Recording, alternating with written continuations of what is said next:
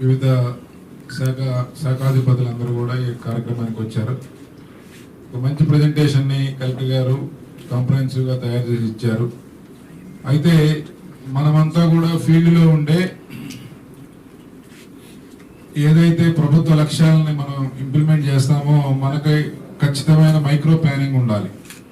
అది లేకపోతే ఇట్లానే ప్రజెంటేషన్లు మాట్లాడుకుని వెళ్ళిపోతాం, పనులు అట్లానే ఉండిపోతాయి, ఎటువంటి ఇంపాక్ట్ అనేది ఉండదు. ఎందుకంటే మన ముందు తరాల వాళ్ళు, మన ముందున్న నాయకులు, అధికారులు ఒక ప్రణాళికబద్ధంగా పనిచేయబట్టి ఈరోజు మనం అనుభవిస్తున్న సౌకర్యాలు, అది రోడ్డు కావచ్చు, నీళ్లు కావచ్చు, డ్రైనేజ్ కావచ్చు, లేకపోతే ఇంకా ఇవన్నీ కూడా మన ముందు తరం ప్లాన్ చేసింది.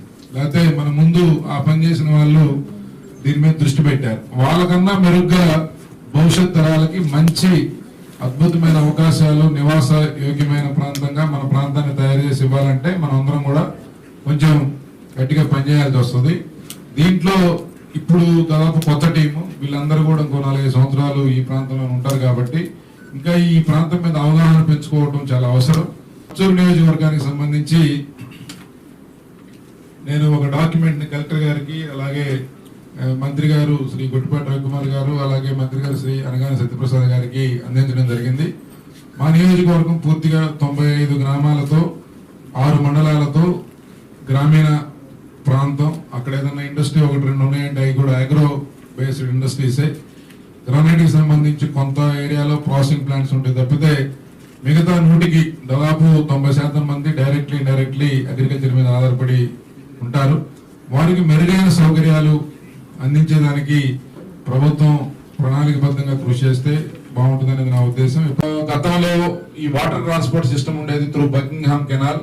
ఇప్పుడు అది లేదు, అది ఇదైపోయి కేవలం మనం అగ్రికల్చర్ కోసమే కొమ్మరి కాలువను వాడుతా ఉన్నాం. కాబట్టి సెంట్రల్ గవర్నమెంట్ కూడా దీని మీద పెద్ద ఎత్తున 2014-19 మధ్య కాలంలో దీన్ని విజన్ డాక్యుమెంట్ లో పెట్టుకుంది.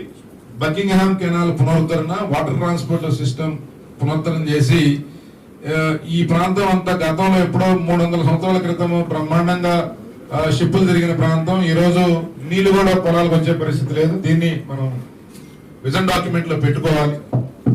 ఇప్పుడు సాంసరావు గారు చెప్పినట్టు చాలా పెద్ద ఎత్తున ట్రాన్స్పోర్ట్ జరిగేదని చెప్పేవాళ్ళు.